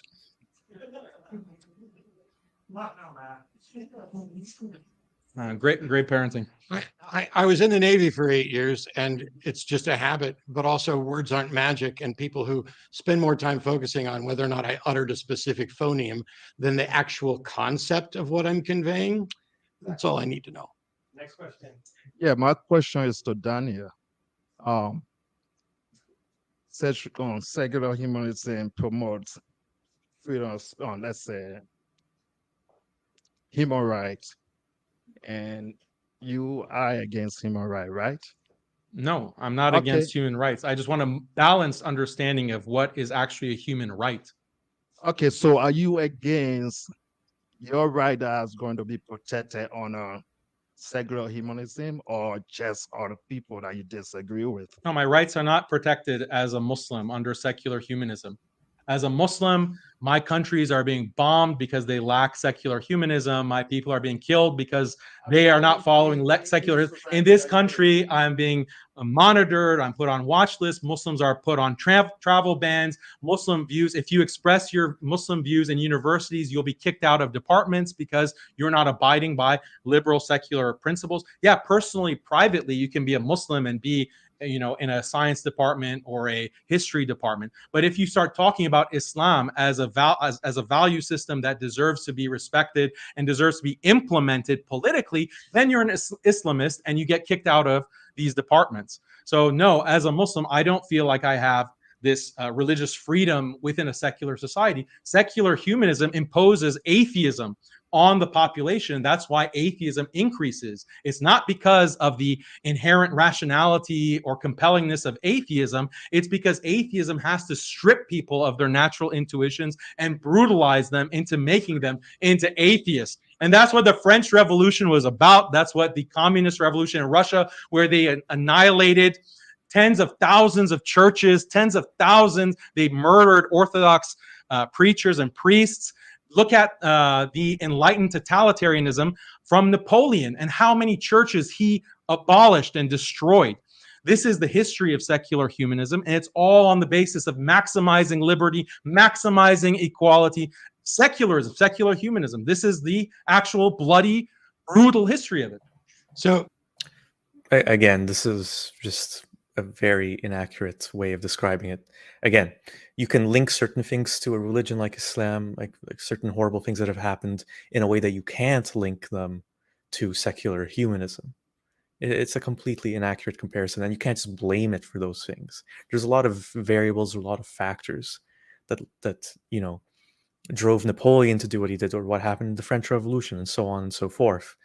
And it seems at this point that there might be a case where we're just going to hear the same things that they've already been talking about. So we've got 16 people watching right now. So if you want me to keep watching for the last, looks like it's like 30 to 40 minutes of the debate, where I guess it's all just the Q&A, let me know if you would like me to continue. But if there isn't that much of a consensus in terms of wanting to keep watching, I guess I can end the live stream here. So I'll give it a couple of seconds to see if anyone says they would want me to continue watching. Yeah, so if you want me to keep watching this, if you want the live watch along to keep going, just say so in the live chat and I'll keep watching. Okay, so got Gary and Roxanne who want us to keep watching. One more person and I'll do it. One more person if you say that you want to keep watching. The magnificent G-Man says yes. All right, so let's do it. Okay, Let's hear what Matt has to say. First of all, that's not the history of secular humanism. It is a history of some aspects of atheistic regimes. The problem with Soviet Russia and others were that essentially the state became the authoritarian church, not secular humanism, but a state-run body that was unquestionable the way a church would be. That's not secular humanism at all.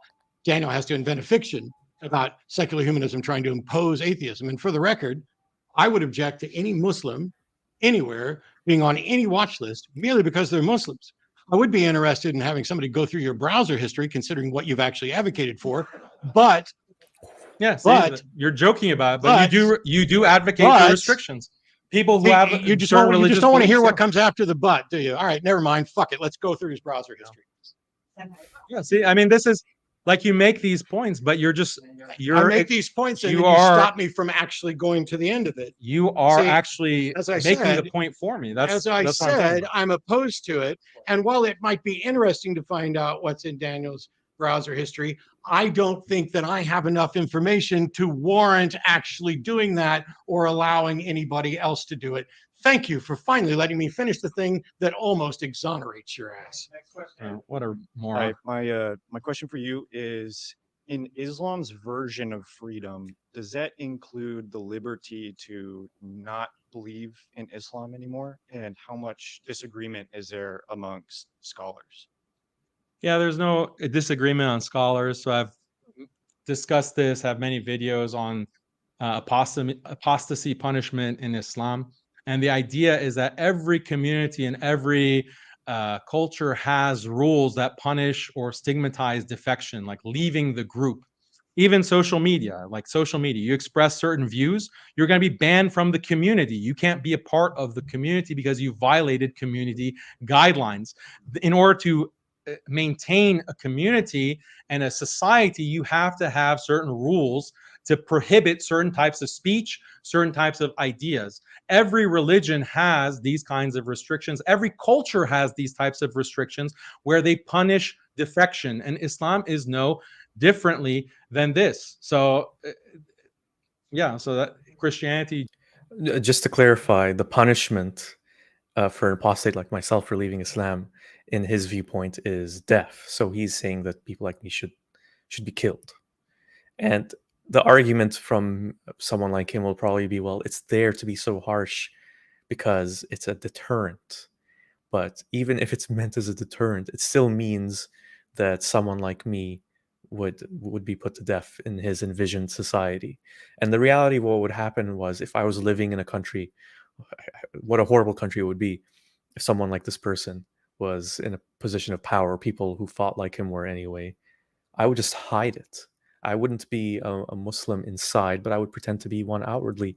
And here's the thing, this is the reality for a lot of Muslims out there in the world. So this isn't some far-fetched hypothetical scenario. This is actually a reality of the real consequence of the things that someone like him are advocating. And people have died. People have died because of it too. We just don't hear about it very much in the West, but it does happen. Judaism, Hinduism, in Buddhist society, you can find stigmatization of defection from the religion, because how are you going to maintain that society if you allow people to just go and mock the underlying belief system?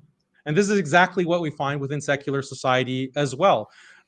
Muslims like me, I can't say certain things that I believe online. I can't say certain things that I believe publicly. Why? Because I'm seen as an extremist, or I'm inciting violence, and therefore I have to be put in jail. If I burn a certain type of flag, if I make a certain type of joke in any of these secular societies on the basis of inciting hate or inciting extremism, I will be put in prison or fined heavily, or potentially even worse. So this is found in every single legal, cultural, and moral system. What should the penalty be for saying that the Prophet Muhammad sexually assaulted a 9-year-old? Insulting the Prophet, according to Islamic law, within Islamic jurisdiction, would result in death penalty. For me as well, even though I'm not Muslim? If you were in an Islamic society with Islamic jurisdiction jurisdiction. According to Islamic law, if you insulted the Prophet Muhammad sallallahu alaihi wasallam, you would be executed after due process in front of a judge who would look at the evidence and make sure that you have actually violated the law. After full due process, if you are convicted of that crime of blasphemy, then according to Islamic law, you would be put to death. Good thing I'm not. So, I mean, this is just so bad. I think I should mention here that obviously not every Muslim would agree with this, but the scary thing is, sadly, a lot would. Just saying words because they're criticizing the Prophet Muhammad, insulting him. In this envisioned society, you would be put to death. And a great point here from Roxanne that if it was true, the system should maintain itself. There should be no apostasy laws. Why? If it's the truth, it should stand the test of people questioning and pass. Well, the reason why is because it's a mode of control. He's even kind of saying that without directly saying it. He's almost directly saying that it's a threat to society for people to leave. What he's doing is he's doing this false comparison. Well, other societies do it too. And it's just not the same whatsoever to ban someone from Twitter or something for saying something. Not in an Islamic country. Right on to the next question. Okay, so my question is to you. Audience, you need to, those of you Liberals have executed plenty of people for their beliefs. Dictators kill plenty of people for their beliefs. In the Muslim world is not run by theocracies. Right now, the Muslim world has many individuals who are dictators on the basis of secularism. They establish secularism, and they're trying to wipe out Islamism, or the idea of Islam as governing their societies. They will execute people who violate liberal speech. And this was a colonial policy. The European Enlightenment thinkers, people like de Tocqueville, people like John Stuart Mill, they advocated the death penalty within Muslim colonies for anyone, for example, who insulted the French flag, anyone who insulted democracy. Why? Because they're trying to establish this secular humanist regime. And if the majority of people start speaking out against it and critiquing it, that threatens the establishment of secular humanism. So according to these liberal thinkers, it is worth executing these individuals who are speaking out. They're just expressing themselves against secularism. We need to execute them for the greater good of liberalizing these colonies. That was their explicit colonial policy. And I've mentioned this in many of my debates. Liberals, secular humanists do kill people for their ideas. I'm a liberal secular humanist, and I oppose the things that he just talked about, as does the first, second, and third secular humanist manifesto. And he has to reach back way into history before secular humanism even existed and commit an equivocation fallacy to suggest that that was secular humanism in action before it even existed. People like Sam Harris. Sam Harris didn't exist back with de Tocqueville. Sam Harris, okay, he has just as much a claim to secular humanism as you do. Sam Harris does think you can execute people on the basis of their ideas. He thinks that Muslims can be nuked, nuclear bombs dropped, because Islam is the mother lode of bad ideas. Fine, that's not your understanding of secular humanism. Other secular humanists have just as much of a right to claim secular humanism as you do. You don't have a monopoly on it. On this stage, you don't have a monopoly on it. As the only person on the stage who could call Sam Harris, having done multiple events with him, that's not true. Got some good jokes for us, Chuckles? All right, next question. This guy's been laughing at every boomer joke. Millennial joke. I get my shots in too. Millennial joke. Don't make me older than I am. Well, first of all, it's not just me laughing. Yeah, it's pretty much just you. I laugh too. Okay, you all laugh. Thank you. Wow, you guys look a lot alike. All right, let's Anyways, my question to you, honestly, and this is a legitimate question, respectfully. If, for example, I have the intuition, this kind of goes back to like the first version of it. If I have the intuition, say like that, I feel like I'm sick, that there's something wrong with me. I have that distinct feeling that something is not right. I go to a hospital. The hospital runs all sorts of tests and everything. They check me for everything. I see all sorts of physicians, specialists, and everything. And they tell me there's nothing wrong with me, that it's essentially just all in my head. My question to you is, if that actually happens, then how is intuition evidence? like you stated before. No, I didn't say, again, this is not my position, that we just rely on intuitions and then there's nothing else to consider. We have to have a holistic, organic epistemology in order to understand what is real and what is not real. So if you as an individual are personally suffering from some kind of delusion or hallucination, yeah, you'd go to a psychologist and there would be experiments or there would be some kind of scans that are done on your brain to see if you have some kind of personal issue. But those are not the types of intuitions that we're talking about when we talk about morality, aesthetics, religious belief, logic, mathematics, etc. Okay, next question. My question is for Matt. Cool. I was wondering, do you believe that our right to individual consent is always above our our responsibility to our family, community, and state? And if you do, I was just wondering how a state could exist like that. You said you were in the military. By that logic, wouldn't you be against a draft? Imagine if in World War II, the Russians were, consent was their number one priority. They wouldn't allow retreat. They wouldn't allow for a draft, and the Nazis might have won World War II. So, yeah. Really good question. Curious to hear what he says. No, I don't think that consent trumps absolutely everything. I think there's foundational principles that exist kind of in cooperation. The same with my view on morality, where health is generally preferable to life. There are certain circumstances. By the way, we have a volunteer military, and I volunteered for it, so that was consent. I'm not completely sure how I feel about a draft, but I do recognize the arguments for it and where it may be viewed properly as a civic duty, as a member of society, a member of a particular society, benefiting from that society in the same way that people say taxes are theft, but taxes are what you pay to. There's roads. I drove on roads here. Our taxes contributed to that.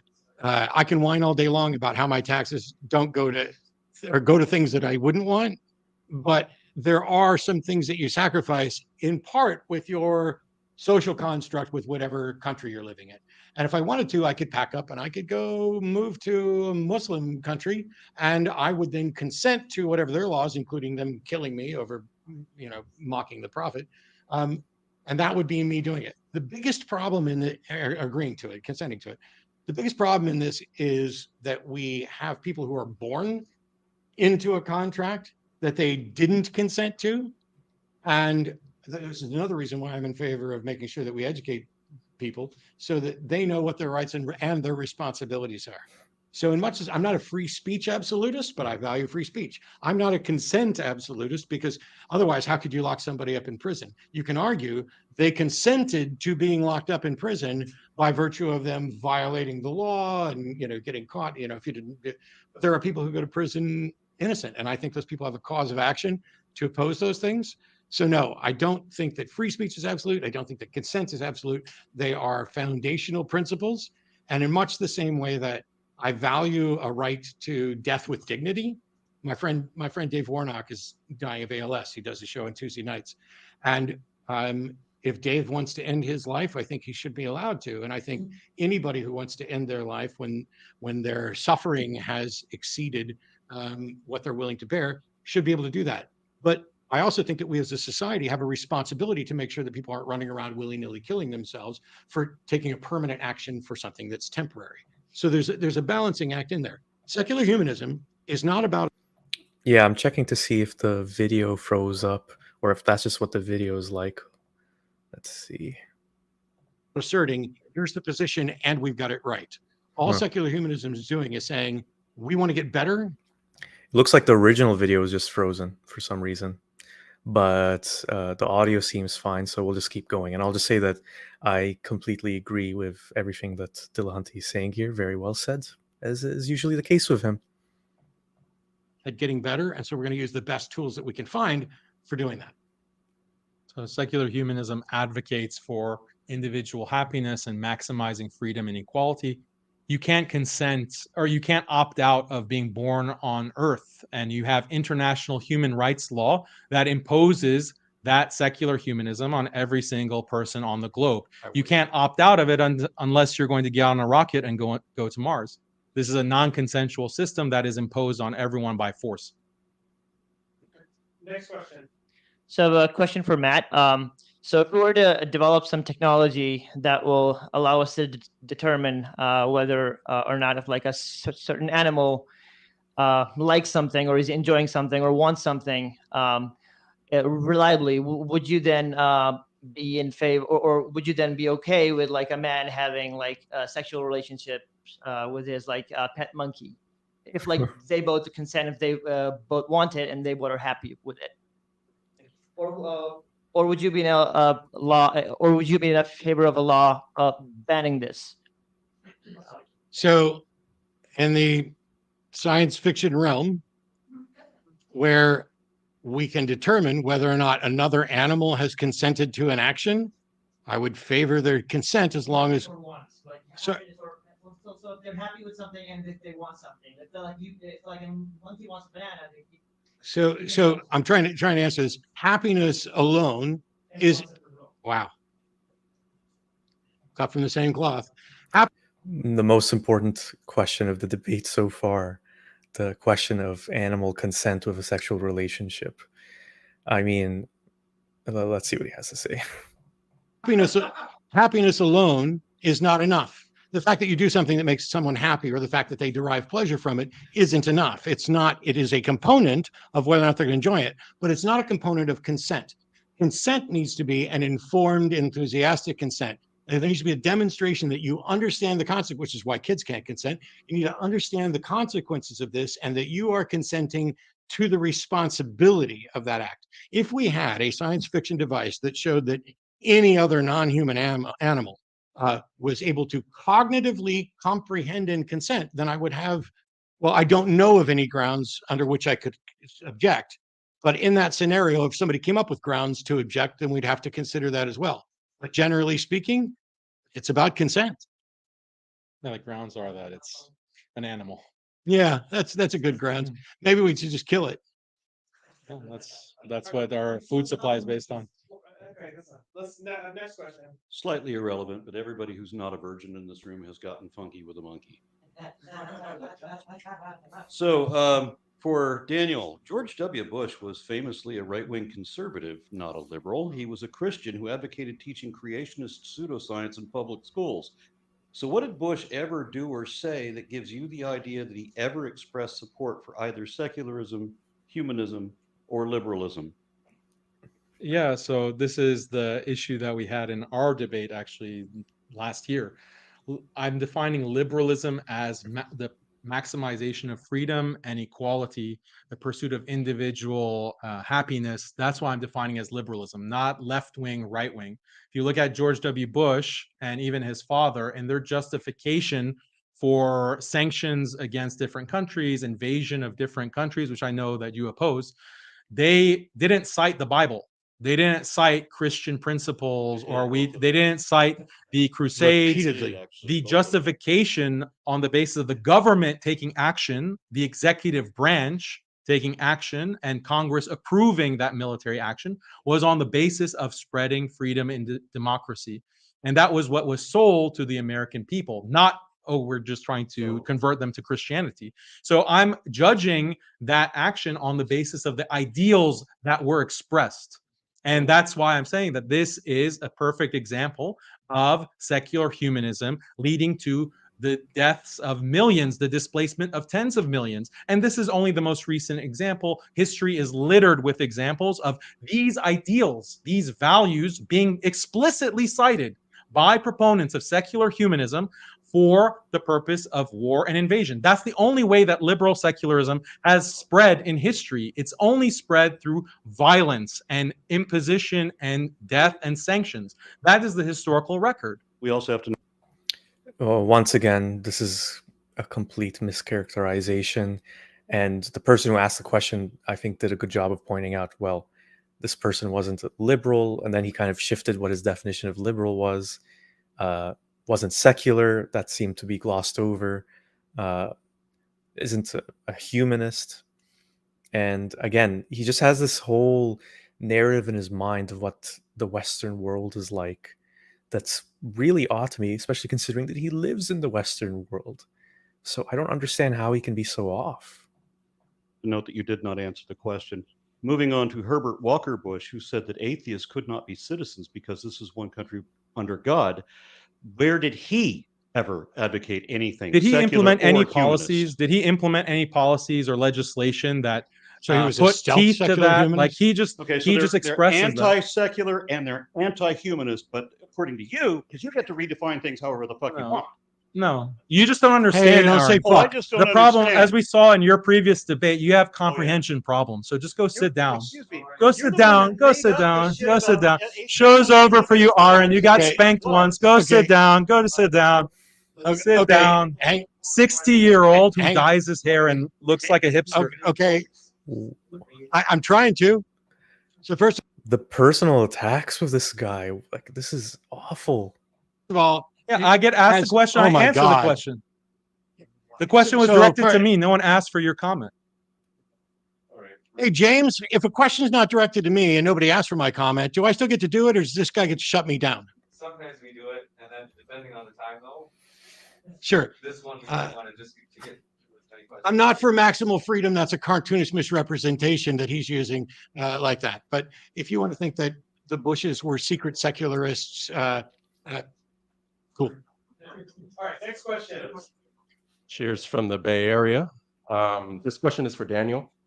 You mentioned, you referred to Matt's partner as his boyfriend. And my question is, when is being a bigot ever okay? Oh, Because that's not a good look. When it's sanctioned by the prophet. Wow, the personal attacks.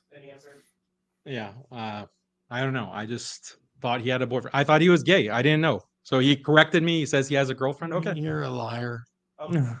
I'm sorry that triggered all of you. I'm sorry that triggered all It of you. didn't trigger anybody. I'm sorry that you're so we're angry mocking at that me. you were lying. I'm and sorry about bigoted that. I and didn't mean to offend you. You were lying. We're upset I that you didn't were mean to offend lying you. and bigoted and tried to take that shot. Didn't mean to trigger you. I'm not triggered. Don't be Oh, triggered. I have a correction, free and it's an speech. important correction.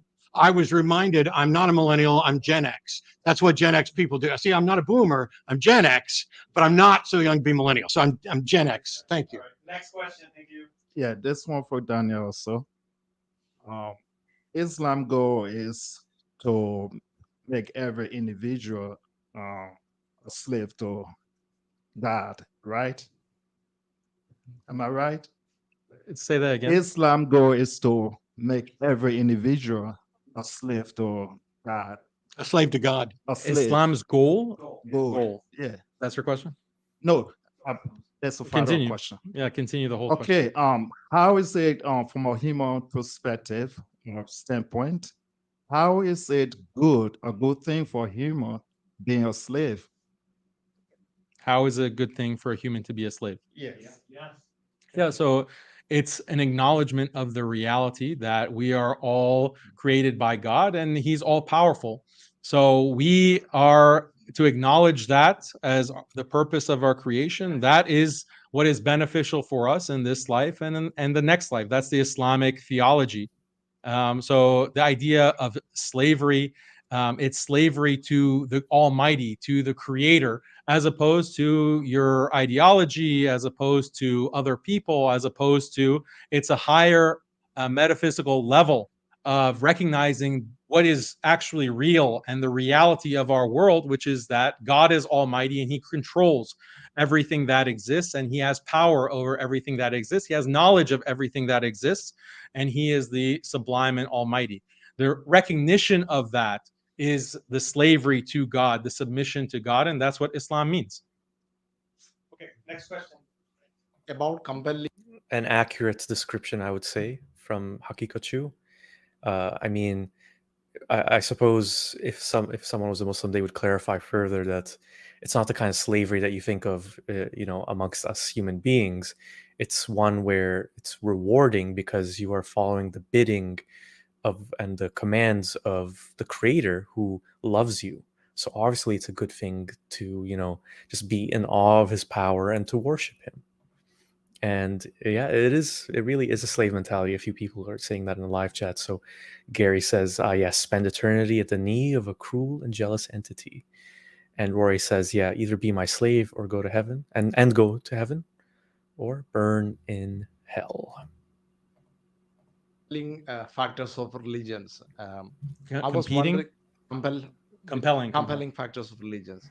I was wondering whether, if any one of you agree that the Hindu concept of hell would be the most compelling, because there is no eternal punishment, and you have the possibility of reincarnation, which you don't agree with. I don't know whether he agrees. So it can come back. The soul can come back and live until it succeeds to get to heaven. So is that not more compelling than other hells? I find compelling may not be the right word. I find it more appealing than some other potential hells, for sure. The problem, though, with theodicy is, should you be striving to avoid a particular hell or to seek a particular heaven? Because that's where the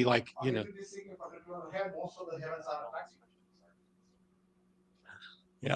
Yeah, that wasn't for me or those? Yeah, I thought it was directed at me. Okay, so yeah, so the idea of reincarnation, the idea that people were themselves, but they could also be like frogs or insects or other animals, that is not a very compelling belief. And yeah, so that's the answer to that. Okay, next question. Thank you. This is our final question of Ray. Currently, right now, Christianity is being mandated onto children of all religions in public schools across the state. There are educators and legislators that have the opinion that children who practice Islam should not be allowed to pray throughout the day or have religious rights. Secular activism in education promotes having safe spaces for children to pray, for all children to wear religious clothes if they choose, to practice what they believe, taking into account that it's not realistic that we will have an Islamic school system in Texas anytime soon. Is it more compelling to have Christianity forced onto your children and their rights to practice Islam removed, or to have secular policies within public education to protect their rights? Yeah, so my position has been very consistent on this. I'm in favor of Christian schooling. I'm in favor of Christian standards. I'm in favor of Christian-inspired government. I wish that the United States was a Christian theocracy.